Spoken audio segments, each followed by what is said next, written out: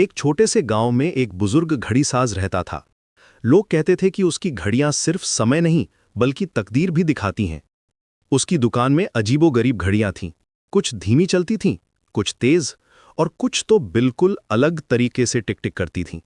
एक दिन एक जवान लड़का उसकी दुकान में आया। वो बहुत जल्दी में था, हमेशा की तरह।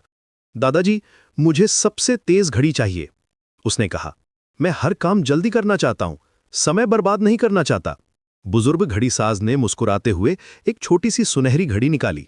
ये लो बेटा, लेकिन याद रखना, इसे सिर्फ सही वक्त पर देखना, बार बार मत देखना। लड़के ने सोचा कि ये कोई मजाक है। अरे दादाजी, घड़ी तो देखने के लिए ही होती है ना, वो हंसते हुए बोला और घड़ी लेकर चला गया। पहले दिन से ही लड़का हर 5 मिनट में घड़ी देखने लगा। सुबह उठते ही, नाश्ते के दौरान, स्कूल में, खेलते वक्त, हर वक्त घड़ी की सुइयां बहुत तेजी से घूम रही थीं, जैसे समय भाग रहा हो। दूसरे दिन तक लड़का परेशान हो गया। उसे लगता था कि समय बहुत तेजी से निकल रहा है। वो कुछ भी पूरा नहीं कर पा रहा था, हर काम अधूरा लग रहा था। रात को सोते वक्त भी वो घड़ी देखता रहता। तीसरे दिन तक वो बिल्कुल थक गया था। उसकी आंखों में नींद नहीं थी, चेहरे पर परेशानी के निशान थे।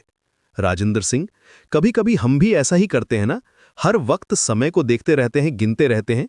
चौथे दिन लड़का वापस घड़ीसाज के पास गया। दादाजी, ये घड़ी खराब है, ये बहुत तेज चलती है, मैं कुछ भी ठीक से नहीं कर पा रहा। बुजुर्ग घड़ीसाज ने प्यार से उसे बिठाया। बेटा, घड़ी बिल्कुल ठीक है, तुम समझे नहीं, तुम समय से आगे निकलने की कोशिश कर रहे थे।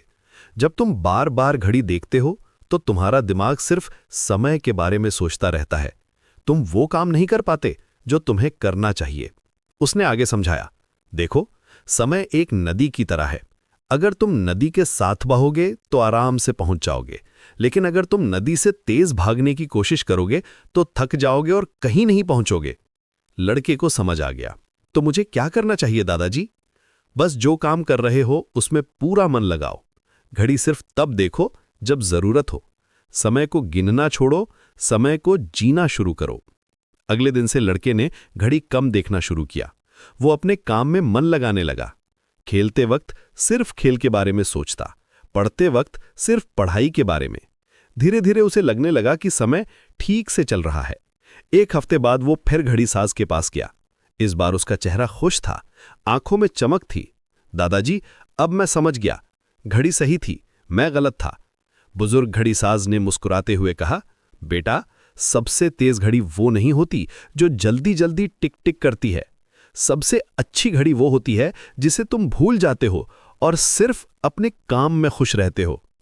उस दिन के बाद लड़के ने सीखा कि जिंदगी में सबसे जरूरी बात यह नहीं है कि तुम कितनी तेजी से समय गिनते हो, बल्कि यह है कि तुम हर पल को कितनी अच्छी तरह जीते हो।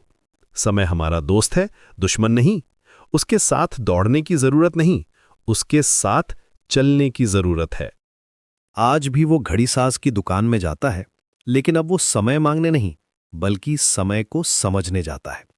और हर बार बुजुर्ग घड़ीसाज उसे याद दिलाता है, समय को गिनो मत, समय को जियो।